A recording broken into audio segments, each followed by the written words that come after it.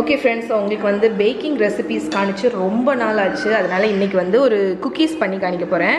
So இது வந்து just ஒரு 5-6 இன்க்ரீடியன்ட் தான், எக்லெஸ் குக்கீஸ் தான். ஸோ எல்லாருமே பண்ணலாம். இது வந்து ஜாம் குக்கீஸ்ன்னு சொல்லுவாங்க. இல்லைன்னா வந்து ஜாம் குக்கீஸ்னோன்னா சாண்ட்விச் நம்ம ஜிம் ஜாம் மாதிரி கிடையாது. ஜஸ்ட் ஒரு குக்கீஸ், அதுக்கு மேலே ஜாம் வச்சு இருக்கும். ரொம்ப நல்லாயிருக்கும். கிட்டத்தட்ட ஒரு பட்டர் குக்கீஸ் பேஸ் தான். ஸோ இதில் வந்து 100 கிராம் பட்டர் வச்சுருக்கேன். அதில் வந்து 1/2 கப்புக்கு கொஞ்சம் குறைவாட்டு சீனி வந்து சுகர் வந்து பவுட்ரு பண்ணி வச்சுருக்கேன். ஓகே, ஸோ நீங்கள் ஐசிங் சுகர் ஆட் பண்ணலாம், இல்லைன்னா நார்மல் சுகரே பவுட்ரு பண்ணி யூஸ் பண்ணலாம். ஸோ சுகர் ஆட் பண்ணிட்டேன். இப்போ வந்து வெனிலா எசன்ஸ், நான் வந்து இந்த வெனிலா பவுடர் இருக்குது என்கிட்ட, அது வந்து ஒரு 1/2 டீஸ்பூன் ஆட் பண்ணுறேன். அதுக்கப்புறம் ஒரு பிஞ்ச் சால்ட் ஆட் பண்ணிக்கோங்க. ஸோ இப்போ இது எல்லாத்தையுமே நல்லா க்ரீமி ஆகிற வரைக்கும் மிக்ஸ் பண்ணிடுங்க.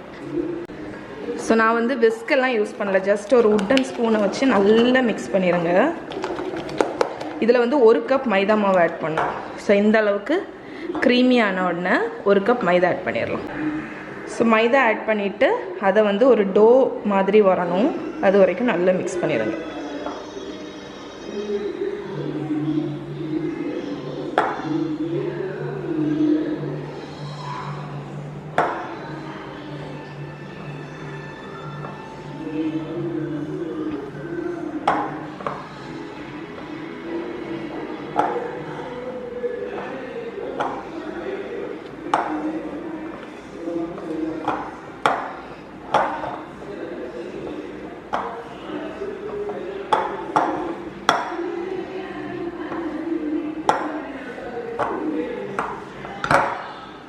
ஸோ இங்கே பாருங்கள், நம்மளோட டோ வந்து ரெடி ஆகிடுச்சு. இப்போ வந்து பேக்கிங் ட்ரே ரெடி பண்ணிடலாம்.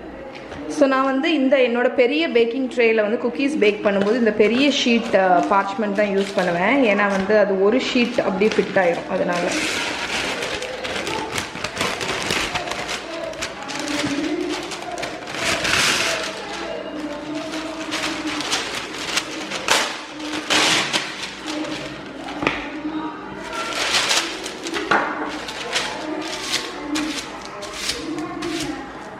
ஸோ இந்த பார்ச்மெண்ட் போட்டால் நம்ம வந்து க்ரீஸ் பண்ணணும்னு அவசியம் இல்லை. ஜஸ்ட் வந்து இந்த குக்கீஸை எடுத்து ஈக்குவல் போர்ஷன் எடுத்துக்கோங்க. எடுத்துட்டு இதை ரோல் பண்ணுங்கள். இதில் வந்து நான் 1 கப்பில் சுகர் வச்சுருக்கேன், காஸ்டர் சுகர். நீங்கள் வந்து நார்மல் சுகர் கூட யூஸ் பண்ணலாம். அந்த சுகரில் வந்து இந்த சுகர் கொஞ்சம் ஃபைனாக இருக்கும் காஸ்டர் சுகர்னால்.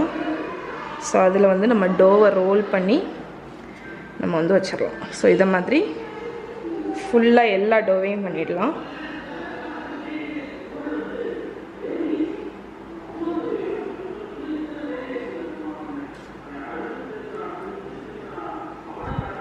ஸோ நம்மளோட குக்கீஸ் எல்லாமே நான் ஷேப் பண்ணி வச்சுட்டேன். இது வந்து 1 teaspoon stainless steel measure.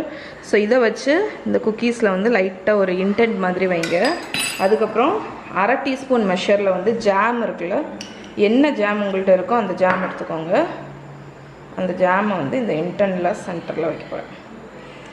Okay, so இந்த மாதிரி எல்லாத்தையும் வச்சிடலாம்.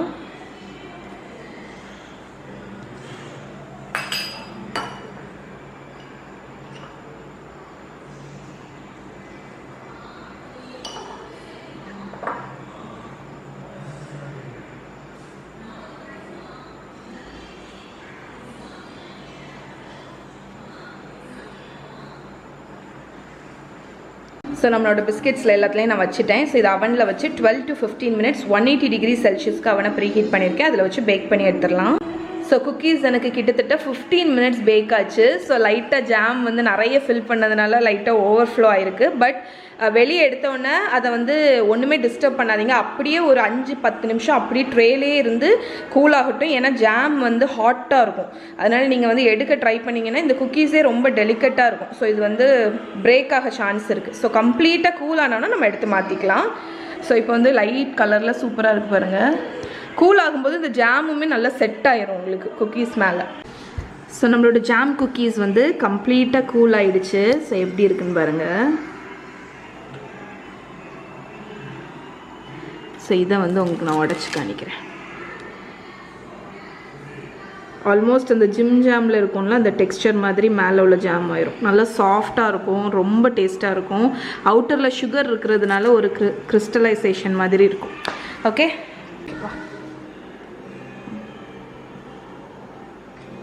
ஆஃப் பண்ணு.